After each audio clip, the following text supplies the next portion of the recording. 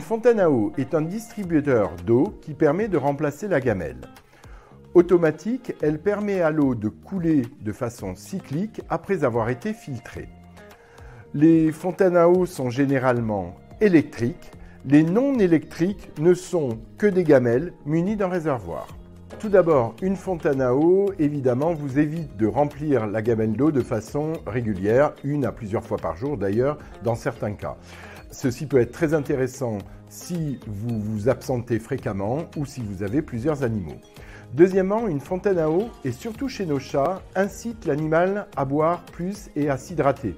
Il faut savoir que les chats aiment rarement l'eau stagnante, par contre sont attirés par une eau active qui coule en continu. En troisième lieu, avec une fontaine à eau, vous serez sûr d'avoir une eau toujours fraîche et dans laquelle on ne retrouvera pas d'impuretés comme des poils, des poussières, grâce au système de filtration. De plus, grâce à la circulation forcée, l'eau de la fontaine à eau sera beaucoup plus riche en oxygène, ce qui est évidemment bénéfique pour l'organisme. En dehors des critères que je vais vous annoncer par la suite, la première des choses, essayez de trouver une fontaine à eau qui soit démontable. Ceci, évidemment, en facilitera l'entretien. Vous pouvez choisir une fontaine à eau en fonction de sa matière. Vous avez des fontaines à eau en plastique, en céramique, en inox ou en granit.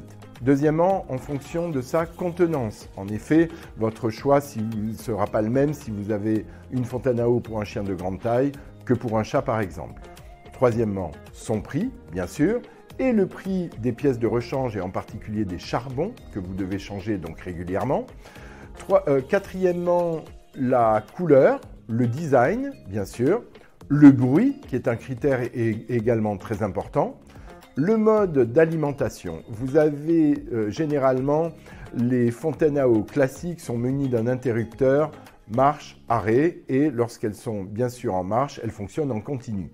Depuis quelques années, il existe désormais des fontaines à eau dont l'activité va se déclarer à partir du moment où votre animal approche justement de cette fontaine à eau. Tout d'abord, nettoyez-la une fois par semaine avec de l'eau savonneuse. Détartrez votre fontaine à eau environ une fois par mois avec de l'eau vinaigrée. Changez les filtres à charbon une fois par mois ou une fois tous les 2 mois en fonction de l'usure justement de vos charbons. Et dernier point, changez l'eau de votre fontaine à eau au moins une fois par semaine pour éviter que votre machine ne s'entartre trop rapidement. Généralement, un chat va boire en moyenne entre 40 et 60 ml d'eau par kilo et par jour, ce qui correspond à peu près à 250 ml pour un chat de 5 kg. Chez le chien, les normes sont voisines, un petit peu supérieures. On considère qu'un chien boit entre 50 et 70 ml par kilo et par jour. Ces normes peuvent varier.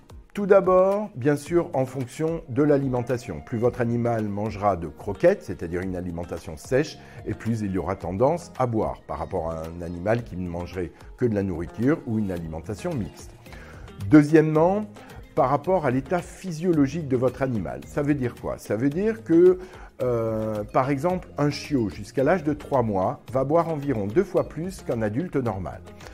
Une femelle, que ce soit une chienne ou une chatte, gestante ou allaitante, boit environ 2 à 3 fois plus qu'un adulte normal. La quantité d'eau absorbée par un animal varie bien sûr aussi en fonction de son activité et du climat extérieur. Il est logique, plus il fait chaud, plus votre animal va avoir tendance à boire. Attention à être vigilant en effet sur la quantité bue par votre animal. Il existe un syndrome que l'on appelle le syndrome polyuro-polydipsie, polyuro qui urine beaucoup, polydipsie qui boit beaucoup, qui peut être un témoin de maladies comme le diabète sucré, le diabète de Cushing, l'hypothyroïdie. Donc, si vous observez que votre animal boit beaucoup plus que d'habitude, de façon frénétique, se jette sur sa gamelle d'eau, le premier conseil, c'est d'aller voir votre vétérinaire afin que, par une prise de sang, par son examen ou par d'autres examens complémentaires, il puisse vous rassurer ou mettre en évidence plutôt une maladie. Il existe aussi des maladies qui peuvent provoquer une baisse de prise de boisson chez l'animal, par exemple, comme la leptospirose. Ceci est quand même beaucoup plus rare. La déshydratation correspond à un déficit d'eau à l'intérieur de l'organisme. Ce déficit peut venir soit d'un défaut d'abreuvement, c'est-à-dire des chiens qui ne boivent pas assez, soit à une perte de liquide à l'intérieur de l'organisme. Alors, quels sont les signes de déshydratation que vous-même, en tant que propriétaire, vous pouvez observer? D'abord, le signe classique, c'est ce que l'on appelle le pli de peau. En fait, vous prenez la peau, vous pincez la peau délicatement de votre animal, vous la soulevez. Sur un chien normal, comme ici, la peau doit revenir dans sa position antérieure. Si le pli de peau reste surélevé, ça peut être un signe de déshydratation. Un deuxième signe, ce sont les muqueuses, et en particulier les muqueuses de la bouche, les muqueuses gingivales. Sur un chien normal, les muqueuses doivent être toujours humides et pas sèches. D'accord ?